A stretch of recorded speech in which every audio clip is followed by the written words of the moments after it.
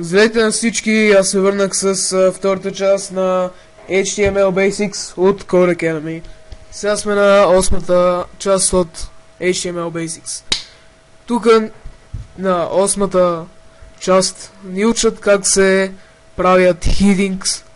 Аз тук съм го написал и сега ще ви го обясня. В body частта на сайта с цялото съдържание, вътре пишете съдържанието. И съдържанието включва тези headings, които ни учат. В случая, първият heading, който сме направили, е с големина на шрифта 1, т.е. това единицата, не се заблуждайте, че е най-малкият шрифт, всъщност е най-големия шрифт. Както виждате, съм написал WhatsApp с единица, а всъщност тази единица прави ето толкова дебел шрифта на WhatsApp. После почват параграфите, които са с еднакъв шрифт всичките. Обаче може да ги направите и с друг шрифт, с стайлове и с помощта на CSS, обаче в случая няма CSS. Тук има само една страница, която е HTML страницата, обаче няма CSS страница, която всъщност не ни позволява да обработим нещата като хората, както ние искаме. И тук съм написал heading 1 WhatsApp, параграф nothing h2, heading втори heading с малко по-тънък шрифт. Are you okay? Yes. No man, really I'm worried about you. It's all fine, don't worry, for sure, yes. You're not lying to me.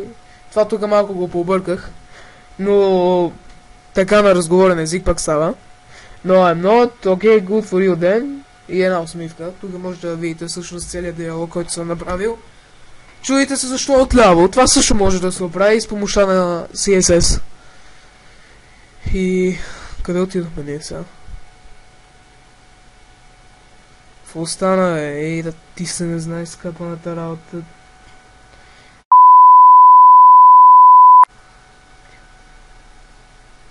Осми. Добре, ето го диалога. Тук инструкциите title, трябва да добавим title тагове на между head таговете, които всъщност са преди съдържанието таговете. Всъщност този head не трябва да е тук. Ето тук. Защо е там? Аз няма никакво представа. Ето така. И така, title, това е заглавието на сайта, който всъщност си е за вас. Той, както виждате, не се визуализира на сайта ви. Просто си е за вас. И пак се върнахме една част назад. И тук пише да създадем H3 тагове. Аз съм ги създал всичките и параграф заедно под всеки heading. За сега това е всичко. Така. Тук ни учат вече как да слагаме линкове към сайта ви. В случая, ето това е кода за слагане на линк. Отваряме так, който е href. Тук има един знак за равно и кавички. Пишете сайта, после го затваряте с кавички и с затварящ се так. И може да добавите текст към самия линк. Ако не добавите текст, той просто ще се визуализира ето така. Code Academy, а не Best Game for Me Ever. Но в случая Best Game for Me Ever, това е писано от мен, защото Combat Arms ми е любимата игра. И тук инструкциите са всъщност да направим такъв линк с текст към него, защото на сайта, като се натисне текста, ви се отваря сайта, на който сте сложили да се отваря, когато натиснете върху буквите. Би трябвало да ви стане ясно. И ето го самия код, който пишете. Тук в кавичките е самият сайт. После го затваряте и пишете някакво съобщение. Ако не напишете някакво съобщение, вижте какво се случва. Всъщност нищо не се случва. Тоест, ако не добавите никакъв текст, нищо няма да се случи.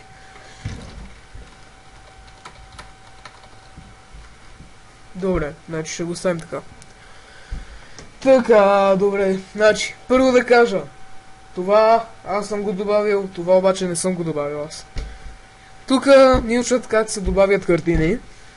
Не е показан кода, обаче тук може да го прочетете. Първо отваряте так и пишете съкръщението на image, img, crc, което не знам какво е, но изглежда, че трябва да се пише. crc равно на в кавичките сайта, който сте избрали, и после го затваряте с една черта и затваряте се так. Знак за по-малко в случая, или по-голямо. И тук съм добавил аз, вторият линк е мой,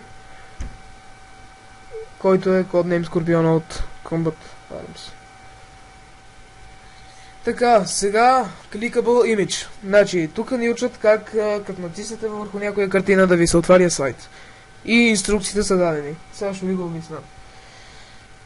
Както виждате, ако тук като сложите мишката върху тия картини, нищо не се случва, обаче на тая картина има ръка. И като се натисне, ви се отваря пак слайд, който вие сте задали. Така. Тук пишете самият линк, който искате. Ето го. Това тук го оставите на страна. Това е предишният текст. В случая това ви е вашия код. Ахрев.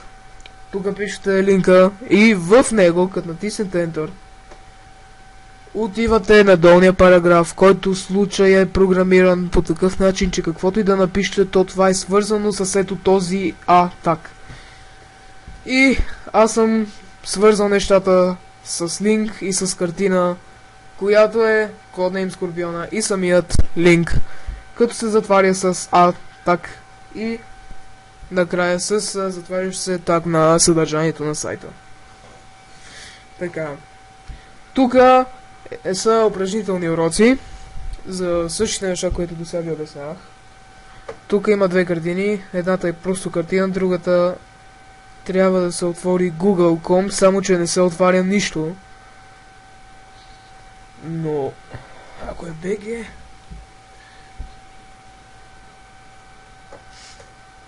Не, пак не го отваря. Що не ще го отваря, всяко го правим. И тук това е упражнителен урок. Абсолютно същите неща ги има като предишния, само дето това е новото тук. Нов атак, който е просто сайт. В този сайт тук също е написано, че в снимката може да се добави линк. Може в линка, снимка или обратното.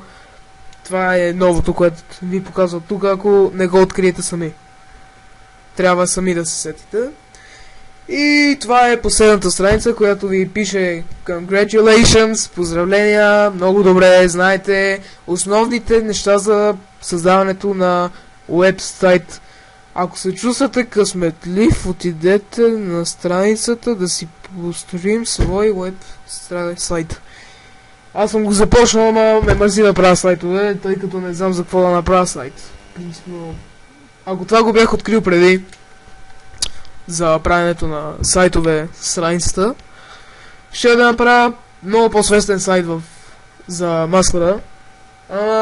Аз го затворих, така че за какво ми е да правя, за каквото и да е сайт. Няма смисъл според мене. И така, благодаря, че гледахте. Следващият клип ще е за... Сега ще видим за какво ще. Build your own web page. Аз тук съм написал някои неща за мен. Мой собствен сайт, ама това тук не е мое. Това е написано от самият сайт Code Academy. И така, благодаря ви, че гледахте. Очаквайте нов клип в рамките на 1 или 2 дни. Ако не 1 или 2 дни, на третия ден ще сложа някакъв клип. Благодаря, че гледахте още един път и... Чао!